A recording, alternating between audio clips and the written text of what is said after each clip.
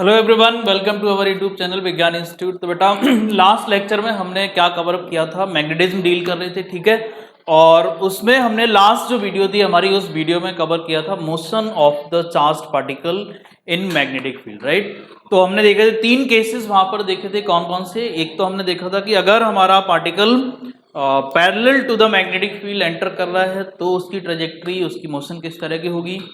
And after that हमने क्या देखा था, आफ्टर दैट हमने देखा कि अगर चार्ज्ड पार्टिकल हमारा परपेंडिकुलर एंटर कर रहा है मैग्नेटिक फील्ड के तो उसकी ट्रेजेक्ट्री कैसी होगी। और लास्ट केस हमारे पास था जिसमें हमने देखा था कि अगर मैग्नेटिक फील्ड के साथ कुछ एंगल बना रहा है, मे बी इट इज 60, 30, 40, कुछ भी एंगल हो, तो उस केस में आपकी ट्रेजेक्ट्री क्या होगी। फाइन। तो अब हम इस वीडियो में क्या कवर करेंगे, नेक्स्ट आगे के जो इंपॉर्टेंट टॉपिक्स हैं उनको डिस्कस करने वाले हैं, ठीक है। और उसके बाद जो है उनसे रिलेटेड कुछ क्वेश्चंस भी करेंगे, ठीक है। So let me start with the new topic and that topic is Biot-Savart law. Biot-Savart law, ये टॉपिक बहुत इंपॉर्टेंट टॉपिक है और इसको बहुत अच्छी से समझ लेना। इसका एप्लीकेशन भी आगे है। आप डिफरेंट सिमेट्रीज आपको दी हुई होंगी, आपको डिफरेंट वायर दिया होगा, उसके according magnetic field at different locations निकालना होगा। तो ये जो हमारा टॉपिक है ये बहुत इंपॉर्टेंट है। तो अब ये बायो-सेवर्ट लॉ की सबसे पहली बात की जाए तो ये बायो-सेवर्ट लॉ से हम करेंगे क्या, ये क्या हमें बताएगा, ठीक है, हमें इससे क्या पता चलेगा। तो सबसे इंपॉर्टेंट चीज कि अगर हमारे पास कोई एक कंडक्टर हो जो इरेगुलर शेप का है, एक वायर है, एक करंट एलिमेंट है हमारे पास कुछ, और वो इरेगुलर शेप का है, वो डिफरेंट वो मे बी कि भाई कुछ भी शेप हो सकती है, एक कर्व के फॉर्म में हो सकता है, एक स्ट्रेट लाइन भी हो सकता है, किसी भी तरह का हो सकता है कर्व और स्ट्रेट लाइन मिक्स हो। तो इस तरह का अगर कोई कंडक्टर है और उसमें कुछ करंट फ्लो हो रहा हो, ठीक है, इसमें कुछ करंट फ्लो हो रहा हो, तो उसके अराउंड क्या होगा आपको पता है, मैग्नेटिक फील्ड क्रिएट होगा, ठीक है। ये तो और स्टेट ने बता दिया था। अब अगर ये मैग्नेटिक फील्ड क्रिएट होगा तो क्वेश्चन ये आ रहा है कि ये मैग्नेटिक फील्ड जो क्रिएट हो रहा है अराउंड द वायर और अराउंड द कंडक्टर, इसकी वैल्यू क्या होगी, इसको कैलकुलेट कैसे करोगे, ये हमें फाइंड आउट करना है इस टॉपिक के अंदर, ठीक है। तो ये जो बायो-सेवर्ट लॉ है, इस बायो-सेवर्ट लॉ से हम क्या करेंगे, मैग्नेटिक फील्ड की वैल्यू, उसकी स्ट्रेंथ फाइंड आउट करेंगे अराउंड एनी वायर और कंडक्टर। क्लियर? चलिए, तो मान लिया मेरे पास एक कंडक्टर है जिसकी लेंथ कुछ भी हो सकती है, ठीक है, और उसके पास में एक पॉइंट है यहां पर, और इस पॉइंट पर मुझे मैग्नेटिक फील्ड निकालना है and some current is flowing in this conductor, let us suppose this current is I. Fine. तो मैं क्या करूंगा, यहां पर सबसे पहले मुझे यहां पर एक स्मॉल एलिमेंट एज्यूम करना पड़ेगा, एक करंट एलिमेंट एज्यूम करना पड़ेगा, और वो जो करंट एलिमेंट होगा वो हमारा एक बहुत स्मॉल लेंथ का होना चाहिए। तो मैंने इस वायर में मान लिया कि भाई ये एक स्मॉल लेंथ है, ठीक है, ये एक स्मॉल लेंथ है। और ये मैंने स्मॉल एलिमेंट क्यों कंसीडर किया, क्योंकि ये फिर क्या होगा, लीनियर हो जाएगा। एक स्मॉल लेंथ अगर आपने कंसीडर कर ली तो एक लीनियर कंडक्टर हो जाएगा, एक लाइन के फॉर्म, एक स्ट्रेट कंडक्टर हो जाएगा, ठीक है। तो सिमेट्री फॉलो करेगा यहां पर। अच्छा, तो हमने क्या किया, भाई आई करंट फ्लो हो रहा और मैंने ये एलिमेंट मान लिया, और इस एलिमेंट की जो लेंथ है, सपोज ये डीएल है, इस एलिमेंट की लेंथ कितनी है, डीएल है, और यहां से इस पॉइंट का जो पोजीशन वेक्टर है ये है सपोज आर, ठीक है। तो ये पोजीशन वेक्टर आर है, तो इस पोजीशन वेक्टर आर की लोकेशन पर मुझे मैग्नेटिक फील्ड निकालना है। तो भाई अब यहां पर हो क्या रहा है कि ये करंट एलिमेंट है मेरा, करंट एलिमेंट की डायरेक्शन भी होगी इसमें कुछ, ठीक है, और ये आर की डायरेक्शन। अब क्वेश्चन आ जाता है कि करंट एलिमेंट की डायरेक्शन क्या होगी। तो करंट एलिमेंट की डायरेक्शन होगी, उस पॉइंट पर या उस एलिमेंट पर आप एक टेंजेंट ड्रॉ कर लो and that tangent will give you the direction of the current element, ठीक है। अच्छा, या फिर आप इन शॉर्ट ये भी कह सकते हो कि जिस डायरेक्शन में मेरा करंट फ्लो हो रहा होगा उसी डायरेक्शन में क्या होगा, हमारा करंट एलिमेंट की भी डायरेक्शन होगी, डीएल की भी वही डायरेक्शन होगी। तो डीएल की डायरेक्शन यही है, ठीक है, ये डायरेक्शन है डीएल की। तो ये मान लो यहां पर कुछ एंगल बनाया जा रहा है डीएल और आर के बीच में, and this angle is theta. ठीक है, तो अब यहां पर इन्होंने क्या बोला, बायो-सैवर्ट जी ने क्या बोला, इन्होंने कहा कि magnetic field due to a small element, magnetic field due to a small element, specially कौन सा, ये करंट एलिमेंट होना चाहिए। ठीक है, करंट एलिमेंट होना चाहिए, due to a small current element depends on following parameters. अब किसके किसके ऊपर डिपेंड कर रहा है, number one, it depends on current flowing in the conductor, it depends on the current flowing in the conductor। ठीक है, नंबर टू, अब ये डायरेक्टली डिपेंड है। ठीक है, नंबर टू, ये हमने डीबी क्यों लिखा है, बिकॉज स्मॉल मैग्नेटिक फील्ड होगा यहाँ पर, विच इज सपोज डीबी। अच्छा, second is it depends on length of the current element, length of the current element. ठीक है, it depends on the length of the current element. Third, it also depends on the angle between DL and R। Angle पर भी depend, और angle पर dependency किस तरह से है, साइन ऑफ द एंगल। ठीक है, sine of the angle between DL and R। ठीक है, तो ये इसके ऊपर डिपेंड है। और फोर्थ जो इंपॉर्टेंट चीज है, ये क्या है हमारी, ये किस बात पर डिपेंड करता है, ये इस बात पर भी डिपेंड करता है कि यहां से ये पॉइंट जिस पर मुझे मैग्नेटिक फील्ड निकालना है, ये पॉइंट कितनी दूर है। क्लियर, इसकी लोकेशन क्या है, इसकी डिस्टेंस क्या है इस एलिमेंट से, इस पर भी ये डिपेंड करेगा। तो ये डिपेंड करेगा 1/r² पर। क्लियर, मतलब जो हमारा पोजीशन वेक्टर है उसके स्क्वायर के इनवर्सली प्रोपोर्शनल होता है। तो अगर आप इन सारे के सारे पैरामीटर्स को कंबाइंड कर दोगे, then what will you get, I DL sine theta over r², ideal sine theta over r²। और यहां से जब आप एक कांस्टेंट यूज करोगे तो कुछ कांस्टेंट आ जाएगा, और उसको इस तरह से लिखोगे। फाइन, अब ये कांस्टेंट जो है, ये इसकी वैल्यू क्या होती है, इसकी वैल्यू मैं यहां पर लिख देता हूं। ठीक है, ये होता है μ0/4π I dl sine theta upon r², ideal sine theta upon r²। Clear है। अब ये μ0 क्या है, μ0 है मेरी परमियबिलिटी ऑफ फ्री स्पेस। ठीक है, अगर ये वायर, अगर ये कंडक्टर फ्री स्पेस में रखा हुआ है तो, और अगर ये फ्री स्पेस में नहीं है तो μ0 की जगह उस मीडियम की परमियबिलिटी आ जाएगी। क्लियर, उस मीडियम की परमियबिलिटी यहां पर आ जाएगी। सो μm भी लिखेंगे हम।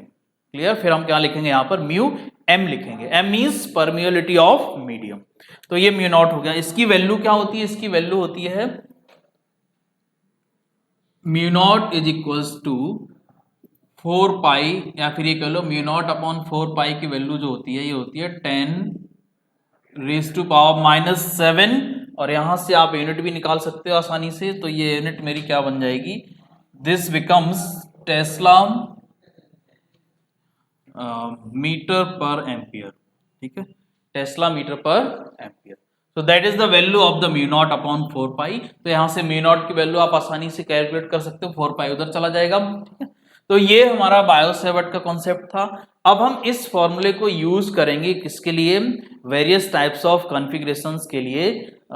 जो मैग्नेटिक फील्ड होगा वो डिफरेंट कॉन्फ़िगरेशंस में मैग्नेटिक फील्ड आप कैसे कैलकुलेट करोगे, तो you can use that formula easily. ठीक है, डिफरेंट कॉन्फ़िगरेशंस आपको दिए होंगे और उनकी वजह से आप मैग्नेटिक फील्ड निकालोगे। अच्छा, एक क्वेश्चन यहाँ पर और आ जाता है कि भाई इसकी वेक्टर फॉर्म क्या लिखोगे, क्योंकि मैग्नेटिक फील्ड क्या है, वेक्टर क्वांटिटी है। और अगर ये वेक्टर क्वांटिटी है तो कोई डायरेक्शन भी होगी, और डायरेक्शन होगी तो हम इस फॉर्मूले में डायरेक्शन कैसे लाएंगे।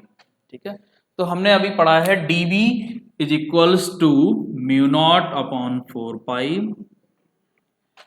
Ideal sine theta upon r²।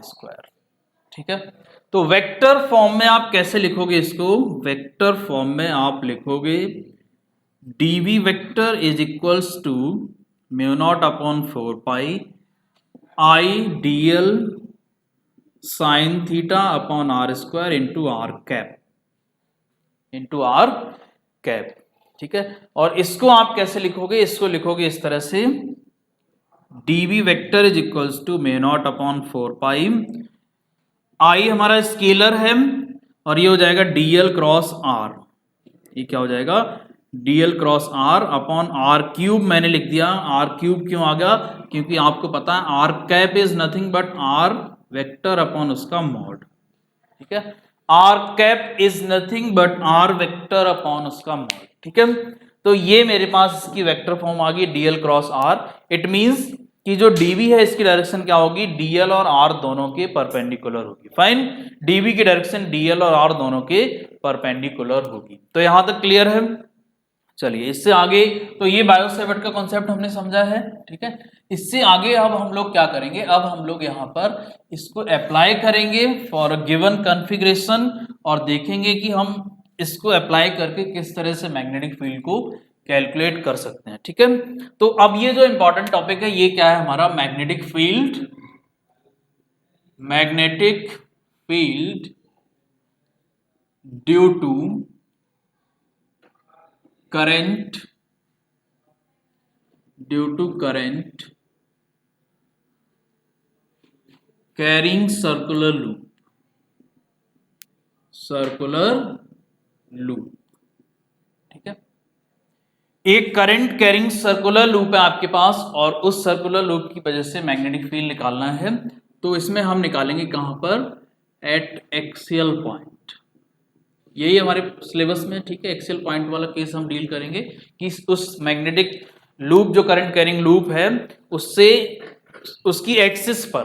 ठीक है, तो ये मान लो हमारे पास एक करंट कैरिंग लूप है और ये सेंटर है, सेंटर से पास होने वाली एक्सिस है हमारे पास। ठीक है, सेंटर से पास होने वाली ये एक्सिस है। तो इस एक्सिस पर मुझे क्या करना है, मुझे मैग्नेटिक फील्ड कैलकुलेट करना है। तो लेट अस सपोज मेरे पास एक पॉइंट है दिस, इस पॉइंट पर मुझे मैग्नेटिक फील्ड निकालना है। तो क्या करूंगा मैं, आपको पता है भाई जब इसमें करंट फ्लो हो रहा होगा तो क्या होगा कि एक मैग्नेटिक फील्ड प्रोड्यूस होगा इसके चारों तरफ। अब कितना मैग्नेटिक फील्ड प्रोड्यूस होगा ये हमें निकालना है। तो बायो सेवर्ट इस्तेमाल करेंगे। बायो सेवर्ट में क्या बोला गया कि भाई बायो सेवर्ट में ये बोला कि आप एक स्मॉल एलिमेंट लो और उसकी वजह से मैग्नेटिक फील्ड निकालो, एंड आफ्टर दैट अगर वो कंटिन्यूअस पार्ट है, अगर वो कंटिन्यूअस सिमेट्री है तो उसको डिफरेंशिएट कर दो, अगर वो डिस्क्रीट सिमेट्री है तो उनको सबको क्या करो, ऐड कर दो और टोटल मैग्नेटिक फील्ड मिल जाएगा। तो हमने बायो सेवर्ट की हेल्प से स्मॉल एलिमेंट्स की वजह से मैग्नेटिक फील्ड निकालना सीखा। अभी अब टोटल की वजह से निकालना हो, टोटल सिमेट्री जो गिवन है, टोटल कॉन्फ़िगरेशन जो पूरा का पूरा कॉन्फ़िगरेशन है उसकी वजह से निकालना हो तो क्या करेंगे, स्मॉल पार्ट्स की वजह से निकाल के और उसको इंटीग्रेट कर देंगे। ठीक है, या फिर उसको उन सबको ऐड अप कर देंगे। तो ये प्रोसेस यूज होगा। तो यहाँ पर भाई हमने मान लिया कि कुछ करंट फ्लो हो रहा है आई इन दैट लूप, और you can also say in that ring, and the radius of the ring is R, capital R, और यहां से यहां तक का जो डिस्टेंस है ये सपोज क्या है मेरा x है, ये मैंने मान लिया इट इज x। सो मैं क्या कर रहा हूं, मैं यहां पर एक स्मॉल एलिमेंट कंसीडर कर रहा हूं जिसमें करंट की डायरेक्शन क्या होगी, ये होगी, एलिमेंट की डायरेक्शन ये होगी। ठीक है, ये dl की डायरेक्शन होगी, और ये एलिमेंट यहां से कितनी दूर है, यहां से कुछ r डिस्टेंस पे है, ये इसका पोजीशन वेक्टर r है। ठीक है, जो हमें क्या देगा, यहाँ पर मुझे मैग्नेटिक फील्ड बताएगा। तो अब हमने यहाँ पर ये एज्यूम कर लिया इस साइड की एक स्मॉल एलिमेंट है और इस स्मॉल एलिमेंट की वजह से जो यहाँ पर मैग्नेटिक फील्ड होगा वो कुछ होगा, कुछ dB होगा लेट अस सपोज, और उसकी डायरेक्शन क्या होगी, अगर मैं यहाँ पर दो डायरेक्शंस कंसीडर कर लूँ कि भाई ये होगी मेरी x एक्सिस और ये होगी मेरी y एक्सिस। ठीक है, हॉरिजॉन्टल एंड वर्टिकल डायरेक्शन है। तो होगा क्या कि ये मैग्नेटिक फील्ड जो होगा ये r के परपेंडिकुलर होना चाहिए। अभी मैंने बताया था vector form of Biot Savart law, R के परपेंडिकुलर होना चाहिए, डीएल के भी परपेंडिकुलर होना चाहिए। तो डीएल तो यहां से दूर है, आपको इतनी जल्दी एनालिसिस नहीं कर पाओगे, लेकिन आप ये समझ लो कि ये आर के परपेंडिकुलर होना चाहिए। इट मींस कि हमारा जो बी आएगा वो कहां जाएगा, वो कुछ ऐसा होगा, इस डायरेक्शन में होगा। क्यों कि ये जो है इसके परपेंडिकुलर होगा किसके, आर के। क्लियर, इस आर के बिल्कुल परपेंडिकुलर होना चाहिए। तो ये डायरेक्शन है किसकी, डीबी की डायरेक्शन है। ठीक है, and suppose that direction that is making some angle theta with the horizontal, horizontal के साथ थीटा एंगल बना रही है। क्लियर, अगर हॉरिजॉन्टल के साथ ये थीटा एंगल बना रही है तो डीएल और आर के बीच में एंगल कितना हो जाएगा, डीएल और आर के बीच में एंगल ये है हमारा। यहां पर हम ये कह सकते हैं भाई कि यहां पर अगर देखा जाए ये एंगल थीटा है तो बाय सिमेट्री क्या होगा, ये एंगल थीटा हो जाएगा। आप कोऑर्डिनेट ज्योमेट्री लगा के इसको कैलकुलेट कर सकते हो, ये एंगल थीटा हो जाएगा। और अगर ये एंगल थीटा है तो ये एंगल भी क्या हो जाएगा, आपका थीटा हो जाएगा। ठीक है, ये एंगल भी आपका थीटा हो जाएगा। फाइन, तो अब हमें क्या करना है, हमें इस डीवी को निकालना है। अच्छा, इसके बाद हम क्या करेंगे, सिमिलरली हम यहां कहीं इसके जस्ट अपोजिट एक एलिमेंट लेंगे और उस एलिमेंट की वजह से हम निकालेंगे क्या, यहां पर मैग्नेटिक फील्ड। तो जब इस एलिमेंट की वजह से आप देखोगे तो क्या होगा, यहां पर जो मैग्नेटिक फील्ड आएगा हमारा, that will be like perpendicular to this surface. So कुछ ऐसा होगा, यहां पर ये इस तरह से होगा। अब ये जो मैग्नेटिक फील्ड्स आप देख रहे हो, ये वैल्यू और ये वैल्यू दोनों सेम होंगी। क्यों, क्योंकि इनकी डिस्टेंस भी सेम है, इक्वल डिस्टेंस पर है, और करंट भी दोनों में सेम है। ठीक है, ये पॉइंट हमारा इक्वल डिस्टेंस पर है, तो ये डीबी और ये डीबी दोनों क्या होंगे, सेम होंगे। अब इन डीबी के दो कंपोनेंट्स होंगे, एक तो हमारा होगा ये कंपोनेंट हॉरिजॉन्टल कंपोनेंट, ये होगा हमारा डीबी कॉस थीटा, और एक वर्टिकल कंपोनेंट होगा डीबी साइन थीटा। तो डीबी साइन थीटा आप देखोगे दोनों क्या होंगे, अपोजिट आएंगे। एक इधर आएगा और एक इसके जस्ट ऊपर, पॉजिटिव बाई एक्सिस पर और एक नेगेटिव बाई एक्सिस पर। इसका डीबी साइन थीटा यहाँ है और इसका डीबी साइन थीटा ये है। तो अच्छा, दोनों जब अपोजिट डायरेक्शन में तो क्या होगा, ये दोनों एक दूसरे को कैंसिल आउट कर देंगे।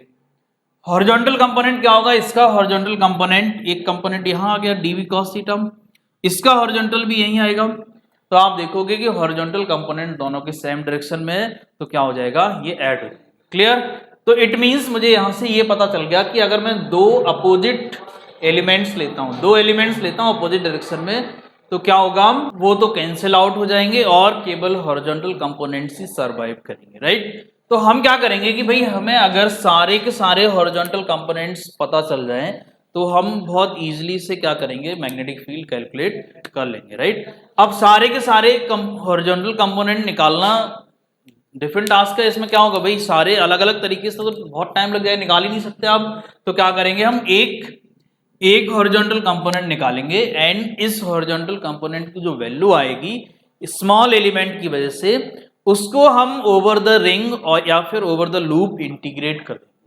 और जैसे आप इसको इंटीग्रेट करोगे तो आपको पूरा का पूरा रिंग के ऊपर क्या हो जाएगा, पूरा का पूरा मैग्नेटिक फील्ड पता चल जाएगा, जिसमें सिर्फ और सिर्फ हॉरिजॉन्टल कंपोनेंट्स सर्वाइव कर रहे होंगे, वर्टिकल कंपोनेंट्स हमारे कैंसिल आउट हो जाएंगे, तो हम उनको इंक्लूड यहाँ पर नहीं करेंगे। ठीक है, तो अब हम पहले निकालते हैं कि भाई इस एलिमेंट की वजह से यहाँ पर मैग्नेटिक फील्ड होगा कितना।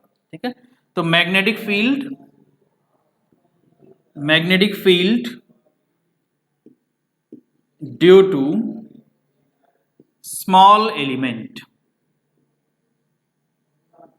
Magnetic field due to small element, जो डीएल है हमारा, स्मॉल एलिमेंट डीएल लिख देता हूं मैं यहां पर, क्या होगा, dV is equals to this, dV is equals to what happens, mu not upon 4 pi I dl. ठीक है, I dl and sine theta upon are square, I dl sine theta upon are square. अब यहां पर ये theta जो है, ये theta मैं थोड़ा सा यहां पर फाई कर देता हूं, अदरवाइज आप कंफ्यूज हो जाओगे, because this angle is the angle between I and DL. ये किसके किसके बीच का एंगल है, आई और डीएल के बीच का, ये या फिर ये कह लो आप आर और डीएल के बीच का एंगल है। ठीक है, आई में डायरेक्शन नहीं होगी तो आप आर और डीएल के बीच का लिखो, this phi is the angle between, मैं यहां पे लिख देता हूं फाई यहां पर क्या है, angle between R and DL. तो आर और डीएल के बीच का एंगल है, तो जब आप इसको ध्यान से समझोगे तो ये आर हमारा ऐसे है और डीएल हमारा ऐसे है, तो आप देखो आर और डीएल के बीच का जो एंगल होगा that will be 90 degree. Clear, that will be 90 degree. जब आप इसको यहां पर समझोगे तो आर तो हो गया आपका इस तरह से, ठीक है, और ये हमारा लूप है, यहाँ पर आर ऐसे हो गया, तो ये डायरेक्शन ये इधर होगी और ये हमारा आर ऐसे होगा। So this angle will be 90 degree. So I can write as phi is 90। और अगर फाई 90 है तो इसको क्या लिख दोगे आप, इस dv को लिख सकते हो, dv is equals to mu not upon 4 pi I dl upon are square. Clear, I dl upon are square. ये स्मॉल एलिमेंट आ गया dv। अब इसका हॉरिजॉन्टल कंपोनेंट क्या है, dv cos थीटा है। अब हॉरिजॉन्टली लेना मुझे, क्योंकि वर्टिकल कंपोनेंट कैंसिल आउट हो जाएंगे, तो मैं इसको क्या करूंगा भाई, यहां लिख देता हूं मैं यहां पर कि the vertical components will cancelled out and horizontal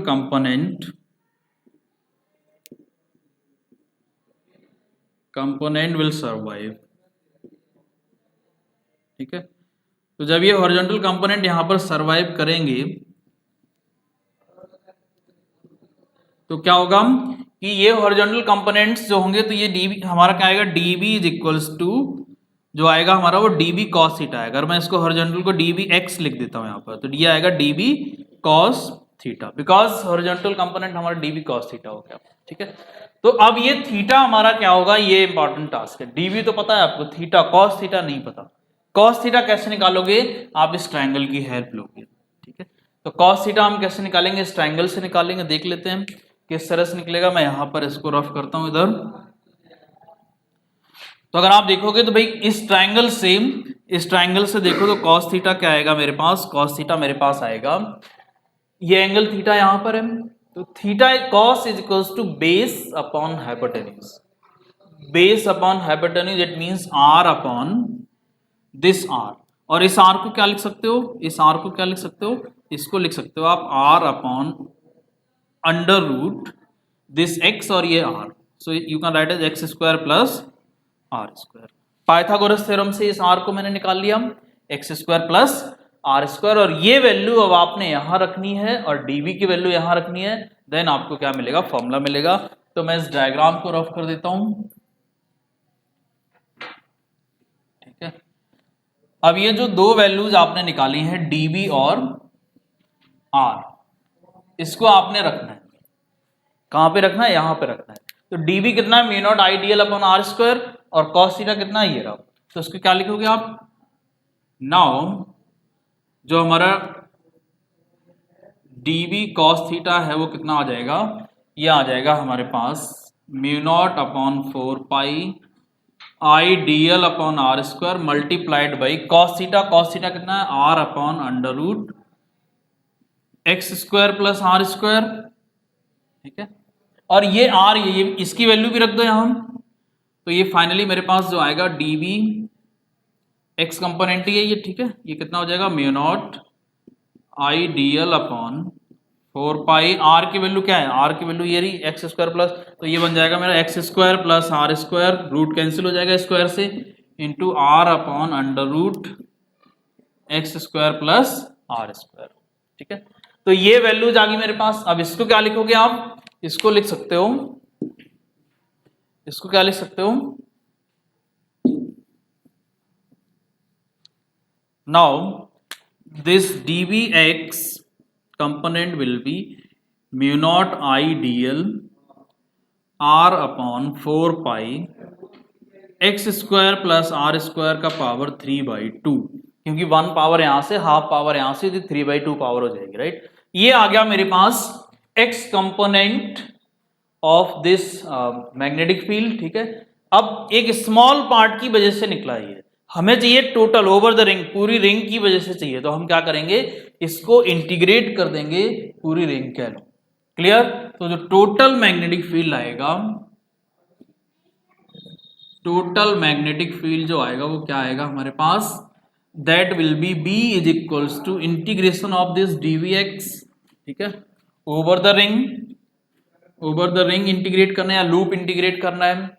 तो जो B आएगा मेरे पास वो क्या आएगा, dvx की वैल्यू क्या है, देखो mu naught I dl r, ये सब कांस्टेंट है, dl हमारा वेरिएबल है, तो ये dl अंदर रहेगा, बाकी सब बाहर आ जाएगा।